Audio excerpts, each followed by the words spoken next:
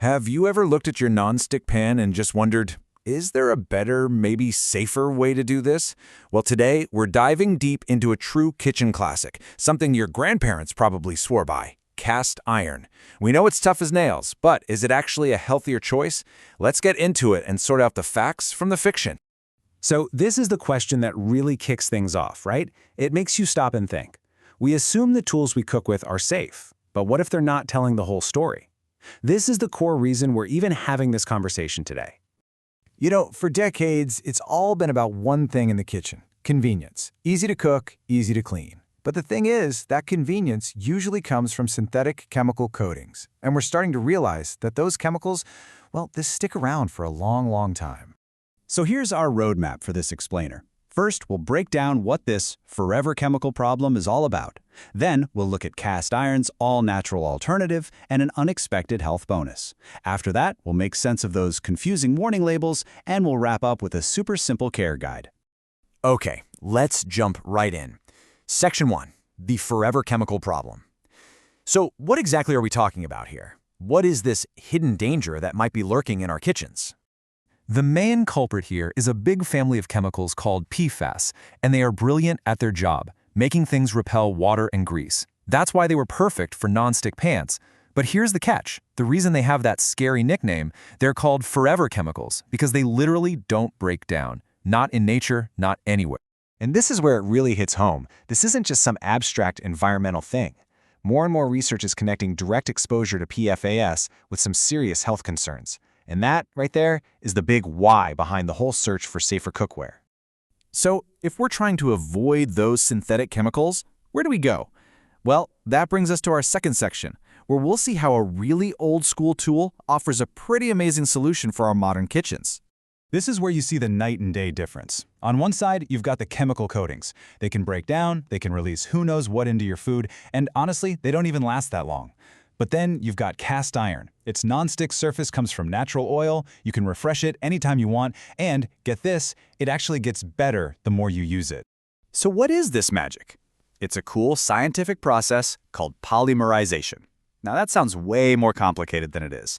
All it means is that when you heat a thin layer of oil on the pan, it changes. It goes from being a liquid oil to a tough, solid layer that's bonded right to the metal. That is your nonstick surface. No weird chemicals required. And you know, this is the real genius of it. You scratch your Teflon pan, and what happens? It's basically ruined, right? But with cast iron, if you mess up the seasoning, it's no big deal. You don't throw it out, you just build it back up again. It's a forever pan because its surface is forever fixable. Okay, so being free of synthetic chemicals is huge, but cast iron has another trick up its sleeve. Let's get into our third section and talk about the hidden health benefit that makes this thing so much more than just a pan. So let's talk about iron deficiency for a second. It is a massive global health problem. I mean, look at these numbers. In some places, more than half of all women are anemic. That's a staggering number, and it impacts everything from energy levels to your immune system. So how can a pan help? Well, a normal pan adds exactly 0 iron to your diet. A cast iron pan, on the other hand, can actually leach a small but significant amount of iron right into your food. We're talking 3 to 5 milligrams per serving. It's like getting a free supplement with dinner, just by cooking. Now, a quick science side note. The type of iron you get from the pan is called non-heme iron. It's the same kind you'd find in plants, like spinach. Your body doesn't absorb it quite as easily as the heme iron you get from meat, but, and this is a big but, it absolutely helps boost your overall iron levels. This is a huge win, especially for vegetarians and vegans. And what's really cool is you can actually influence how much iron you get.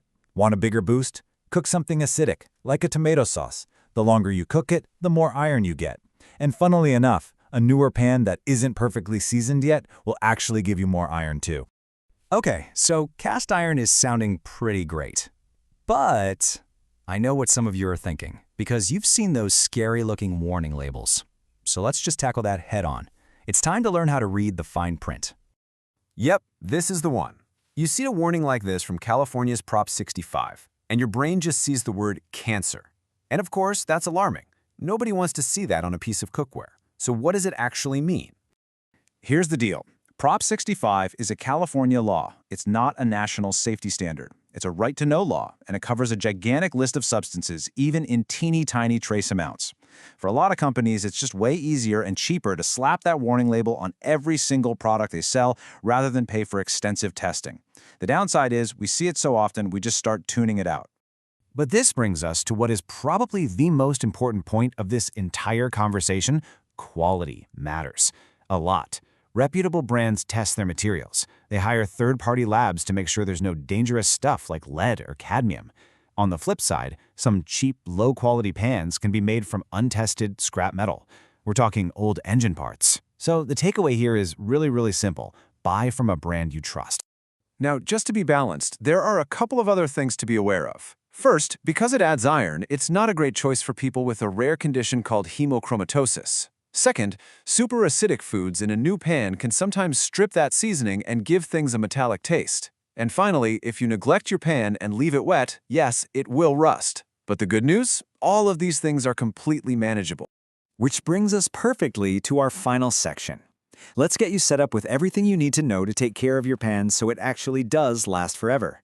This is your path to becoming a cast iron master. I promise, it's not complicated. It's just 4 simple steps. 1. Season it. You're just baking a thin layer of oil on it to create that non-stick surface. 2. Clean it. Wash it by hand, please, never ever the dishwasher. 3, and this one is the most important, dry it. Dry it completely to stop rust. Just pop it on the warm stove for a minute. And 4, reseason it. If it ever looks dull, just wipe on some more oil and heat it up. That's it. It just becomes a simple routine. So let's bring it all home.